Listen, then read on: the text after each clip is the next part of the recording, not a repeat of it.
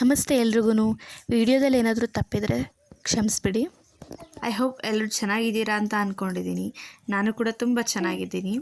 ಇವತ್ತು 6 ಗಂಟೆಯಿಂದ video start ಮಾಡಿದ್ದು. ಸೊ ನಮ್ಮ ಮನೆಗಳ ಹಿಂದೆಗಡೆ ಕೆರೆ ಇರೋದ್ರಿಂದ ತುಂಬ ಚಳಿ ಆಗುತ್ತೆ. ಸುಮಾರು 9 ಗಂಟೆ ಆದ್ರೂ ಚಳಿ ಹಾಗೇ ಇರುತ್ತೆ, ಬಿಸಿಲು ಬಂದ್ರೂ. ಸೊ ಅದಕ್ಕೆ ತಲೆ ಕಟ್ಕೊಂಡು ಸ್ವೆಟ್ರ್ ಹಾಕ್ಕೊಂಡು ಇರ್ತೀನಿ. ಬೆಳಗ್ಗೆನೇ ಮುಖ ತೊಳ್ಕೊಂಡು ವಾರ ಮಾಡಬೇಕಲ್ಲ, ವಾರಕ್ಕೆಲ್ಲ ದೀಪಗಳೆಲ್ಲ ಬೆಳಗಬೇಕು. ಅದಕ್ಕೋಸ್ಕರ ಮುಖ ತೊಳ್ಕೊಂಡು ರೆಡಿಯಾಗಿರ್ತೀನಿ. ಬೆಳಗ್ಗೆ ತಿಂಡಿನೂ ಬೇಗ ಹಾಗೆ ಮಾಡಬೇಕಲ್ಲ, ಬಾಕ್ಸಿಗೆ ಅವ್ರಿಗೆ ಕೊಟ್ಟು ಕಳ್ಸೋಕ್ಕೆ. ಸೊ ಅದಕ್ಕೆ ರೊಟ್ಟಿ ಮಾಡಿ ಕುಂಬಳಕಾಯಿ ಪಲ್ಯ ಮಾಡೋಣ ಅಂತ ಮಾಡ್ತಾಯಿದ್ದೆ. ಫಸ್ಟು ನೈಟೇ ಕುಂಬಳಕಾಯಿ ಎಲ್ಲ ಹೆಚ್ಚಿಟ್ಕೊಂಡಿದ್ದೆ. ಇವಾಗ ಬೆಳಗ್ಗೆ ಏನೂ ಮಾಡೋಕ್ಕೋಗಲಿಲ್ಲ. ಬೆಳಗ್ಗೆ ಬರೀ ಈರುಳ್ಳಿ, ಕೊರ್ಬೇವಿನ ಸೊಪ್ಪು, ಹಸಿಮೆಣ್ಸಿನ್ಕಾಯಿ ಮಾತ್ರ ಹೆಚ್ಕೊಂಡಿದ್ದು. ಕಾಯಿ ತುರಿ, ಸ್ವಲ್ಪ ಕೊತ್ತಂಬರಿ ಸೊಪ್ಪು. ಸೊ ಫಸ್ಟು ಬಾಣಲಿಗೆ ಎಣ್ಣೆ ಬಿಟ್ಟು ಕಾಯಕ್ಕಿಟ್ಟು ಅದಕ್ಕೆ ಜೀರಿಗೆ ಮತ್ತು ಸಾಸಿವೆ, ಕಡಲೆಬೇಳೆ, ಕರಿಬೇವಿನ ಸೊಪ್ಪು ಹೆಚ್ಚಿಟ್ಕೊಂಡಿರೋದೆಲ್ಲ ಹಾಕ್ಕೋಬೇಕು. ಸೊ ನಾನು ಕಡಲೆಬೇಳೆ ಇರಲಿಲ್ಲ. ಸೊ ಕಡಲೆಬೇಳೆನೂ ಹಾಕ್ಕೋಬೋದು. ಇದೆಲ್ಲ ಚೆನ್ನಾಗಿ ಫ್ರೈ ಆಗಬೇಕು. ಫ್ರೈ ಆಗಿ ಈರುಳ್ಳಿ ಒಂದು ಮೆರೂನ್ ಕಲರ್ ಬರಬೇಕು, ಅಲ್ಲಿಗಿರುವ ಸ್ವಲ್ಪ ಫ್ರೈ ಮಾಡ್ತಾ ಇರಬೇಕು. ಸೊ ಆದಮೇಲೆ ಅದಕ್ಕೆ ಕುಂಬಳಕಾಯಿ ಹೆಚ್ಚಿಟ್ಕೊಂಡಿರೋದನ್ನು ಕ್ಲೀನಾಗಿ ತೊಳೆದು ಹಾಕ್ಕೋಬೇಕು. ಇದನ್ನು ಚೆನ್ನಾಗಿ ಕೈ ಆಡಿಸ್ಬಿಟ್ಟು ನೀರು ಹಾಕಬಾರ್ದು ಇದಕ್ಕೆ. ಸೊ ತೊಳೆದಿರೋ ನೀರೇ ಇರುತ್ತೆ, ದಮ್ಮಿಗೆ ಬಿಡಬೇಕು. ಅದಾದಮೇಲೆ ಹಸಿಟ್ಟು ಕಲಿಸ್ಕೊಂಡಿದ್ದೀನಿ ರೊಟ್ಟಿ ಹಾಕೋಕ್ಕೆ.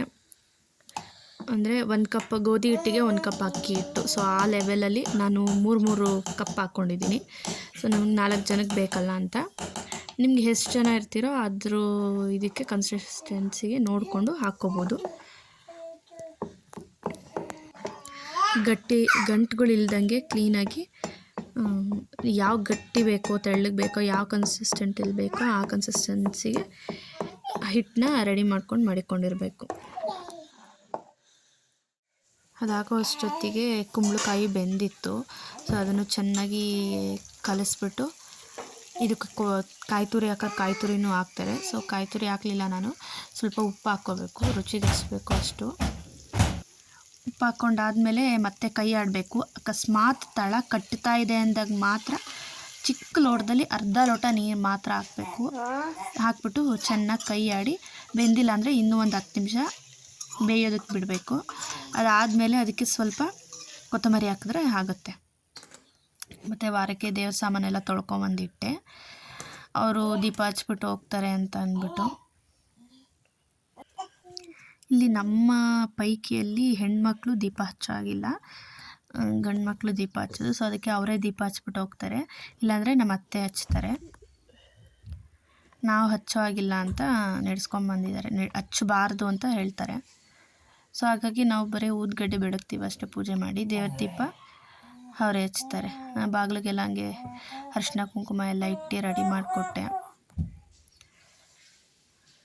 ಎಲ್ಲ ರೆಡಿ ಮಾಡಿದ್ರೆ ಅವರು ದೀಪ ಹಚ್ಚಿ ಪೂಜೆ ಮಾಡಿ ಬೇಗ ಹೋಗಬೇಕಲ್ಲ, ಅದಕ್ಕೆ ಬೇಗ ಹೋಗ್ತಾರೆ. ಅಲ್ಲೇ 7 ಗಂಟೆ ಆಗಿತ್ತು. ಬೇಗ ತಿಂಡಿ ಮಾಡಬೇಕು ಅಂತ ಬಂದು ಹೆಂಚು ಕಾಯಕ್ಕಿಟ್ಟೆ. ಪಲ್ಯ ಆಗಿತ್ತಲ್ಲ. ಸೊ ಈ ರೊಟ್ಟಿ ಬಿಡೋದಕ್ಕೆ ಹೆಂಚು ಮಾತ್ರ ತುಂಬ ಚೆನ್ನಾಗಿ ಕಾದಿರಬೇಕು. ಏನಿಲ್ಲ ಅಂದರೂ ಒಂದು 10 ನಿಮಿಷ ಹೈ ಫ್ಲೇಮಲ್ಲಿ ಕಾದಿರಬೇಕು. ಹಾಗೆ ಮಾತ್ರ ರೊಟ್ಟಿ ಚೆನ್ನಾಗಿ ಬರುತ್ತೆ, ಗರಿಗರಿಯಾಗಿ. ಚೂರು ಕಿತ್ಕೊಳೋದು ಇಲ್ಲ, ಹೆಂಚಿಗೆ ಅಂಟ್ಕೊಳೋದು ಇಲ್ಲ. ನೋಡಿದ್ರಲ್ಲ, ರೊಟ್ಟಿ ಒಳ್ಳೆ ಹಪ್ಳದ ಥರ ಚೆನ್ನಾಗಿ ಬರುತ್ತೆ. ಇನ್ನು ಸ್ವಲ್ಪ ಟೈಮ್ ಇದ್ದಿದ್ದರಿಂದ ತಿಂಡಿ ಇಲ್ಲೇ ತಿಂದ್ಬಿಟ್ಟು ಹೋಗ್ತೀನಿ, ಊಟಕ್ಕೆ ಮಾತ್ರ ಬಾಕ್ಸಿಗೆ ಹಾಕಿ ಕೊಟ್ಬಿಡು ಅಂತ ಅಂದರು. ಬಾಕ್ಸ್ಗೆ ಹಾಕಿ ಇಟ್ಟಿದ್ದೆ. ಹಂಗೆ ಬಿಸಿ ಬಿಸಿದು ಹಾಕ್ಕೊಡ್ತಾಯಿದ್ದೆ, ತಿಂತಾಯಿದ್ರು. ದೋಸೆ, ರೊಟ್ಟಿ, ಇಡ್ಲಿ ಈ ಥರ ಮಾಡಿದಾಗ ಬಿಸಿ ಬಿಸಿದು ಅಲ್ಲೇ ಹಾಕ್ಕೊಡೋಕ್ಕೆ ಟ್ರೈ ಮಾಡ್ತೀನಿ. ಆದಷ್ಟು ಬೇಗ ಏನಾದರೂ ಮಾಡಿ ಟೈಮ್ ಇನ್ನೂ ಇತ್ತು ಅಂದರೆ ಅವರು ಹೊರಡೋ ಟೈಮ್ಗೆ ಇಲ್ಲೇ ತಿಂದ್ಬಿಟ್ಟು ಹೋಗ್ತಾರೆ ತಿಂಡಿನ. ಇಲ್ಲ ಅಂದರೆ ಬಾಕ್ಸ್ಗೆ ಹಾಕ್ಕೊಟ್ಟಿರ್ತೀನಿ. ಟ್ರೈನಲ್ಲಿ ಅಲ್ಲಿ ರಶ್ ಇಲ್ಲ ಅಂದರೆ ಅದು ತಿನ್ನೋದು, ಇಲ್ಲಾಂದರೆ ಆಫೀಸ್ಗೆ ಹೋದ್ಮೇಲೆ ಅವರು ತಿನ್ನೋದು. ಆಫೀಸ್ಗೆ ಹೋಗೋಷ್ಟೊತ್ತಿಗೆ ಒಂದು 9:30 10 ಗಂಟೆ ಆಗುತ್ತೆ. ಇಬ್ಬರು ಮಲಗಿದ್ರು, ಇನ್ನು ಪಾಪು ಮತ್ತು ಅವನ ದೊಡ್ಡವನು. ಅಷ್ಟೊತ್ತಿಗೆ ಅವರು ಪೂಜೆ ಮಾಡಿ ಹೊರಟರು. ನಮ್ಮ ಚಿಕ್ಕವನು ಎದ್ದಿದ್ದ ಅವನಿಗಿನ್ನ ಮುಂಚೆ. ಸೊ ಅದಕ್ಕೆ ಅವನನ್ನು ಎಬ್ಬರ್ಸೋಕೆ ಟ್ರೈ ಮಾಡ್ತಾ ಇದ್ದಾನೆ. ಎದ್ದಳು ಅಣ್ಣ ಎದ್ದಳು ಅಂತ. ಅವರಿಬ್ರು ನೋಡ್ಕೊಂಡು ಕೂತಿದ್ದಾಯಿತು.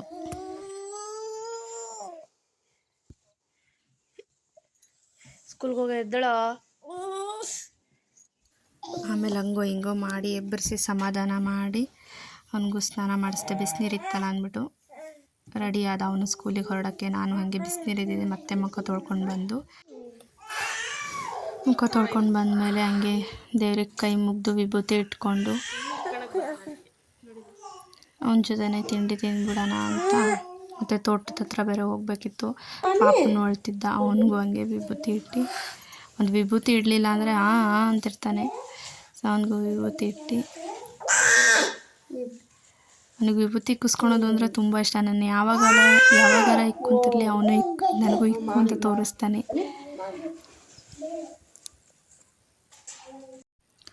ತಿಂಡಿ ಎಲ್ಲ ತಿಂದು ಅವನಿಗೂ ಬಾಕ್ಸ್ಗೆ ಹಾಕಿ ಸ್ಕೂಲಿಗೆ ಕಳಿಸಿದ್ಮೇಲೆ ತೋಟದ ಹತ್ರ ಹೋಗ್ತಾಯಿದ್ವಿ. ತೊಗರಿಕಾಯಿ ಹಾಕಿದ್ದು ಅದು ಫಸ್ಟ್ ಬಿಟ್ಟಿರಲಿಲ್ಲ. ಸೊ ಈಗ ಬಿಡ್ತಾಯಿದೆ. ಅದಕ್ಕೆ ನವಿಲುಗಳೆಲ್ಲ ತುಂಬ ಇರುತ್ತೆ ತೋಟದಲ್ಲಿ ಅಂದ್ಬಿಟ್ಟು ನಮ್ಮ ಅತ್ತೆ ಫಸ್ಟ್ ಬೆಳಗ್ಗೆನೇ ಕಾಯಕ್ಕೆ ಹೋಗಿರ್ತಾರೆ ನನಗೆ ಹಾಲು ಕೊಟ್ಬಿಟ್ಟು.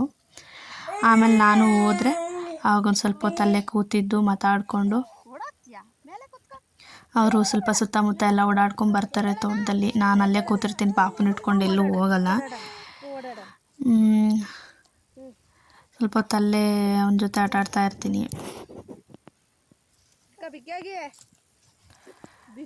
ಅವ್ನ ತೋಟಕ್ಕೆ ಹೋಗ್ಬೇಕು ಅಂದರೆ ಖುಷಿಯಾಗಿರ್ತಾನೆ. ಅದು ಈ ಥರ ಹೆಗ್ಲ ಮೇಲೆ ಎತ್ಕೊಂಡಿರ್ಬೇಕು, ಕೆಳಗೆ ಬಿಟ್ಟರೂ ಇರಲ್ಲ. ಎತ್ಕೊಂಡು ಸುತ್ತಲೂ ತೋರಿಸ್ಬೇಕು ಅವನಿಗೆ.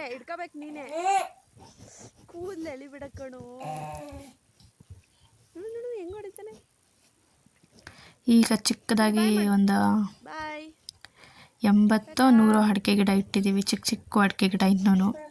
ಸೊ ಇನ್ನು ಚಿಕ್ಕದಾಗಿದೆ ಅಷ್ಟೇ. ರೀಸೆಂಟ್ ಒಂದು 4-5 ತಿಂಗಳಾಗಿರ್ಬೋದು ಅಷ್ಟೇ ಇನ್ನು ಇಟ್ಟು. ಆಮೇಲೆ ಬಿಸಿಲು ಜಾಸ್ತಿ ಇತ್ತು ಅಂದ್ಬಿಟ್ಟು ಹಂಗಂಗೆ ಮಲಿಕೊಂತಿದ್ದ. ಅದಕ್ಕೆ ಸುಲ್ಪಟ್ಟೆಲ್ಲ ತಂದಿದ್ರು ನಮ್ಮ ಅತ್ತೆ. ಅದ್ರ ಮೇಲೆ ಮಲಿಕೊಂಡು ಆಟಾಡ್ತಾ ಇದ್ದಾನೆ. ಮಲಗ್ತಿಲ್ಲ, ಸುಮ್ಮನೆ ಆಟಾಡ್ತಾ ಇದ್ದಾನೆ. ಮತ್ತೆ ಅಲ್ಲಿಂದ ಕರ್ಕೊಂಡು ಬಂದು ಮಧ್ಯಾಹ್ನ ಮಲಗಿಸಿ ನನ್ನ ಮನೆ ಕೆಲಸ ಎಲ್ಲ ಮುಗಿಸಿ ನೈಟ್ ಅಡುಗೆ ಮಾಡಿ ಊಟ ಮಾಡಿದ್ವಿ. ಮತ್ತು ಬೆಳಗ್ಗೆ ಏನಾದರೂ ತಿಂಡಿ ಮಾಡಬೇಕಲ್ಲ ಅಂತ ಅಂದ್ಬಿಟ್ಟು ತರಕಾರಿ ಎಲ್ಲ ಸೋಸಿಟ್ಟಿದ್ದೆ. ಏನಾದರೂ ಉಪ್ಪಿಟ್ಟು ಏನಾದರೂ ಮಾಡೋಣ ಅಂತ. ಚಿರು ಬಂದ್ಬಿಟ್ಟು ಶಾವಿಗೆ ಉಪ್ಪಿಟ್ಟು ಮಾಡಮ್ಮ ಅಂತ ಅಂದ. ಸೊ ಅದಕ್ಕೆ ಎಲ್ಲ ತೊಳೆದು ಕ್ಲೀನಾಗಿ ಸೋಸಿಟ್ಟು ಶಾವಿಗೆನೂ ಕೊತ್ತಂಬರಿನೂ ಎಲ್ಲ ಸೋಸಿಟ್ಟು ಶಾವಿಗೆ ಎಲ್ಲ ಕ್ಲೀನ್ ಮಾಡಿ ಅದು ಒಂದು ಬಾಕ್ಸಿಗೆ ಹಾಕಿ ಎತ್ತಿಟ್ಟಿದ್ದೆ. ಬೆಳಗ್ಗೆ ತಿಂಡಿ ಬೇಗ ಮಾಡೋಕ್ಕೆ ಸರೋಗುತ್ತೆ ಅಂತ ಅಂದ್ಬಿಟ್ಟು. ಬಟಾಣಿನೂ ನೆನೆಸಿರೋದಿತ್ತು. ಸೊ ಅದು ಬೆಳಗ್ಗೆ ಹಂಗೆ ಉಪ್ಪಿಟ್ಟು ಹಾಕಿದ್ರೆ ಚೆನ್ನಾಗಿರುತ್ತೆ ಅಂದ್ಬಿಟ್ಟು ಅದು ಎತ್ತಿಟ್ಟೆ. ಸೊ ಇವತ್ತಿನ ವೀಡಿಯೋನ ಇಲ್ಲಿಗೆ ಎಂಡ್ ಮಾಡ್ತಾಯಿದ್ದೀನಿ. ಲೈಕ್ ಮಾಡಿ, ಸಬ್ಸ್ಕ್ರೈಬ್ ಮಾಡ್ಕೊಳೋದನ್ನು ಮರಿಬೇಡಿ. Thank you.